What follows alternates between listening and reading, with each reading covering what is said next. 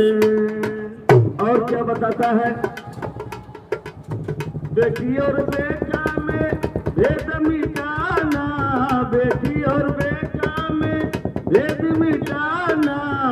सुनिए दादा, मैं बता दूं आपको, बेटी हो बेटा हो दोनों को बराबर का दर्जा दे, बराबर का सम्मान दे।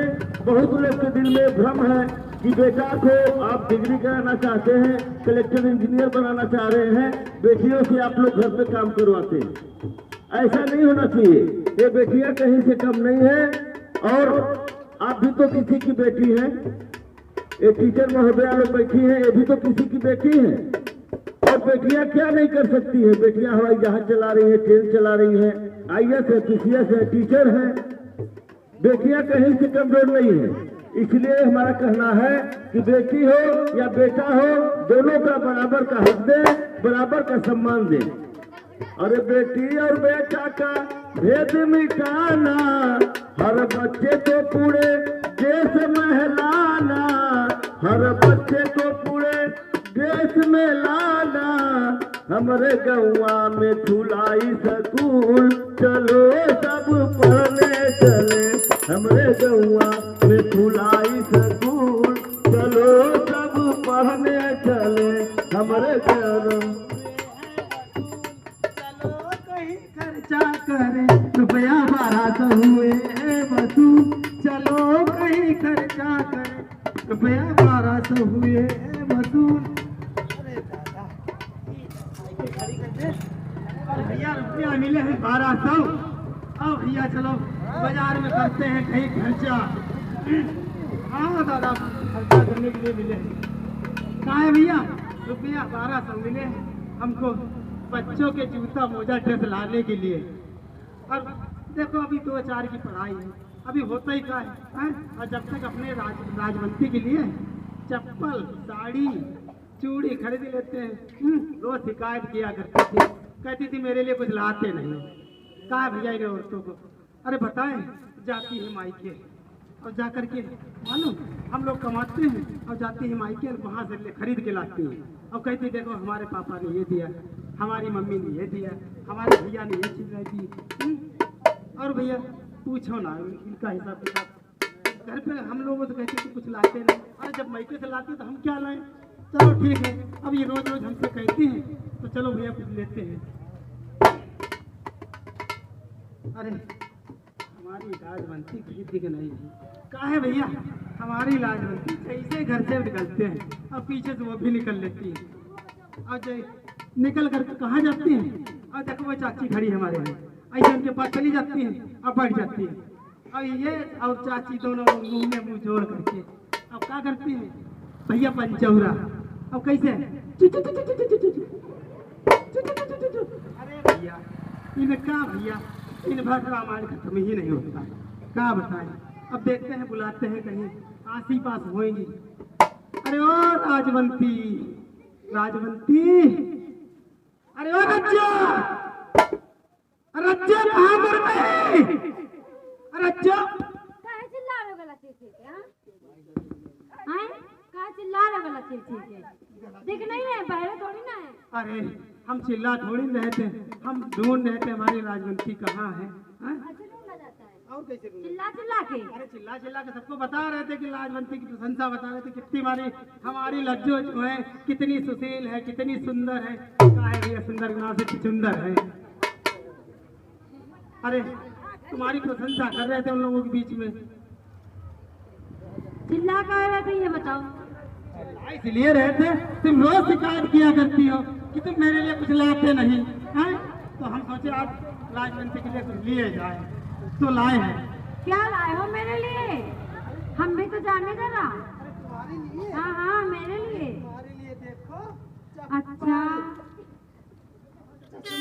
अच्छा, अरे इसमें तो बहुत कुछ है। हाँ हाँ, पैसे तो लेके नहीं गए, तो लाए कहाँ से हो? आधा पैसे नहीं लेके गए। अरे तो क्या हुआ, चीज तो लाए तुम्हारे लिए। तो कहाँ से लाए हो? कहाँ चोरी कर रहे हो? चोरी दादा, चोरी कहीं हम चोरी करने वाले दिखते हैं तुमको? हाँ अरे लाए, हर चीज का हिसाब औरतों को दो ना, जब तक कि भैया पीछे पड़ी रहती है। अरे मालूम लाजवंती जी, ये हमको रुपए 1200 मिले हैं सरकार की तरफ से। काहे के लिए 1200 सरकार तुम्हें दी है? अरे पैसे इसलिए दिए हैं कि बच्चों के जूता मोजा ड्रेस लाने के लिए। तुम्हारी मती मारी गई है। सरकार ने पैसे दिए 1200 रुपए ड्रेस के लिए, जूता मोजा के लिए, ना कि चूड़ी चप्पल साड़ी खरीदने के लिए। अरे राजमंत्री, अभी 2-4 की पढ़ाई है, अरे उससे होता क्या है? मुन्ना को बाद में ड्रेस ले देंगे। अरे जब तक तुम चप्पल चूड़ी साड़ी पहनो तुमको आवश्यकता थी। हमारे बच्चे के लिए स्कूल लेके जाओ और ड्रेस लेके आओ, ताकि हमारा बच्चा यूनिफॉर्म में विद्यालय जाए, ऐसे ना जाए। ड्रेस लेके आओ, चलो सजाओ, तुम ऐसे नहीं मानोगी। अब चलते हैं भैया, सरकार ने दिया है हमको आवास, हाँ, अब उसकी करते हैं नींव मजबूत। जब हमारी नींव मजबूत रहेगी तभी बुनियाद अच्छी बनेगी और उसी पे इमारत बनेगी हमारी मजबूत। तो चलो भैया चलते हैं।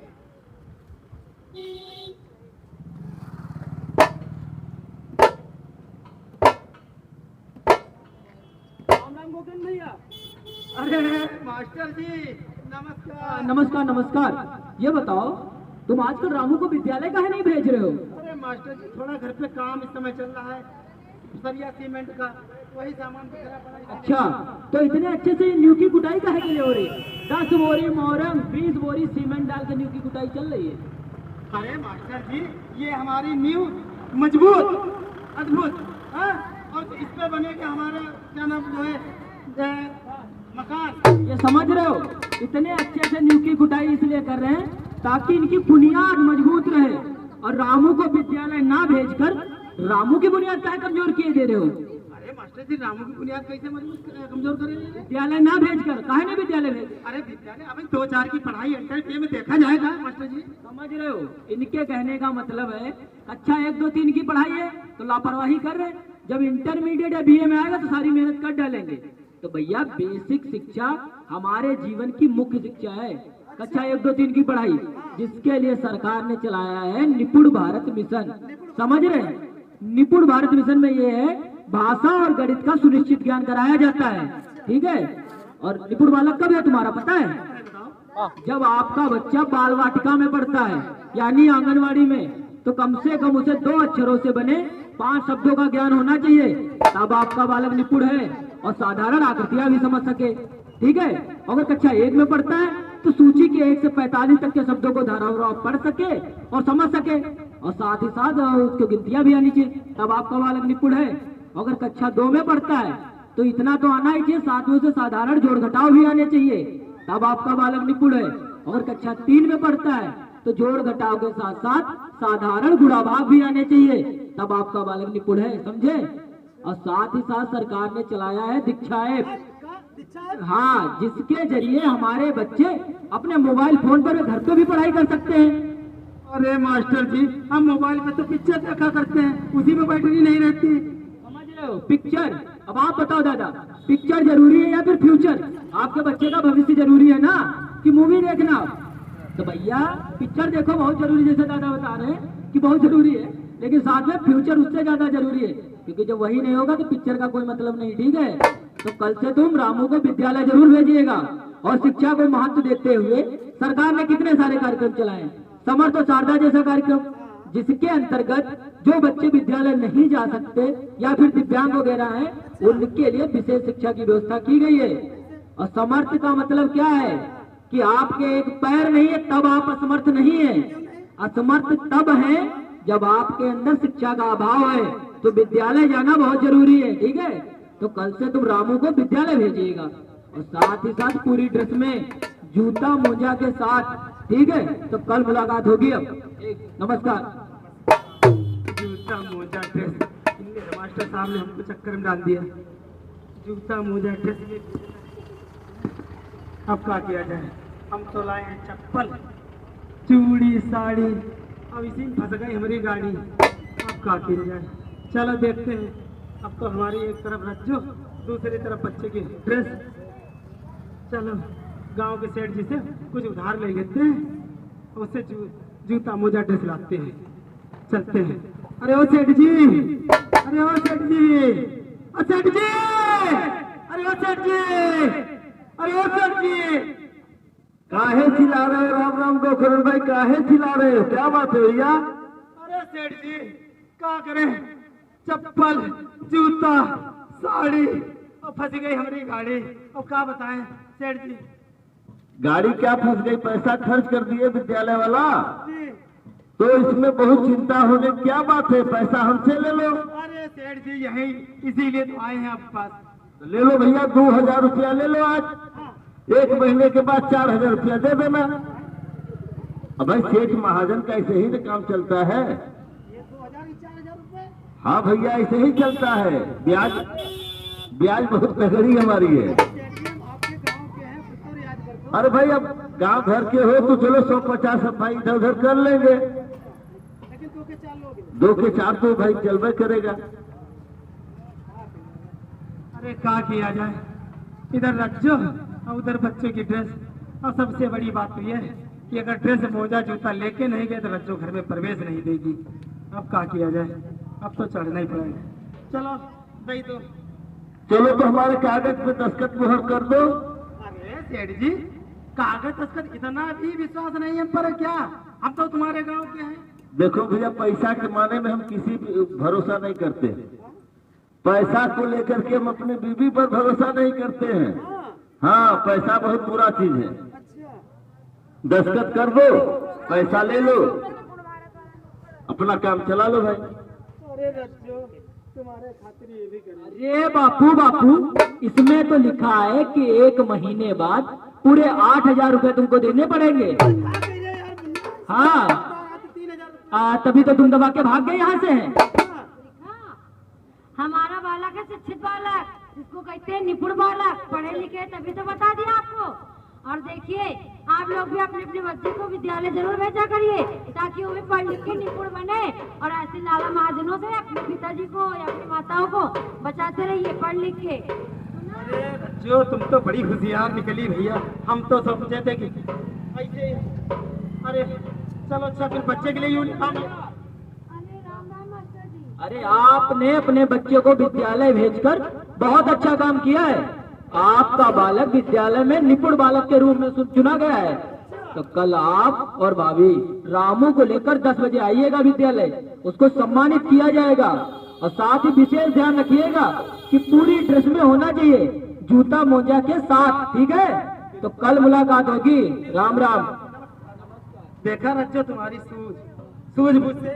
शुक्र मनाओ दुकानदार का जिसने साड़ी चप्पल चूड़ी वापस कर लिया और हमारे बच्चे के लिए ड्रेस जूता मोजा बस्ता तक दे दिया है। तो फिर हम लोग अपने बच्चे को विद्यालय लेके जा रहे हैं। चलो चलते हैं भैया विद्यालय। यही है हमने ठाना, निपुण परदेश बनाना, शिक्षा की पक्की हो बुनियाद रे, शिक्षा की पक्की हो बुनियाद रे। बेटियां न खेतों में काम करेंगी, बेटियां न खेतों में काम करेंगी, पढ़ कर देश का नाम करेंगी।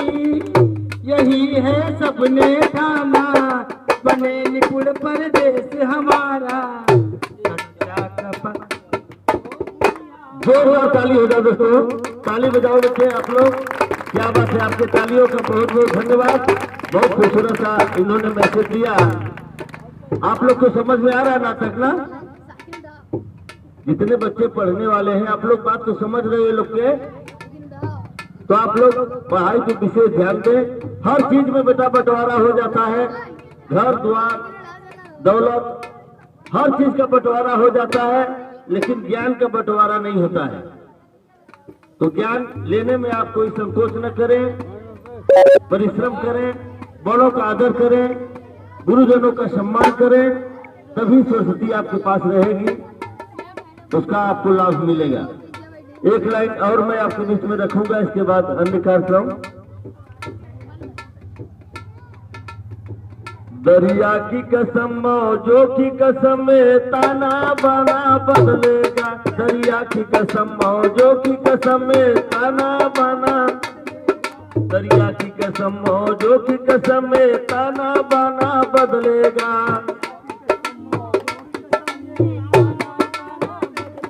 तू खुद को बदल तब ही तो जमाना बदलेगा।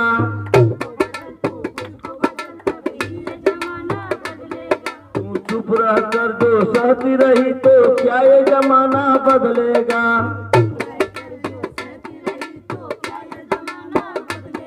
तू बोलेगी मुंह खोलेगी तब ही तो जमाना बदलेगा।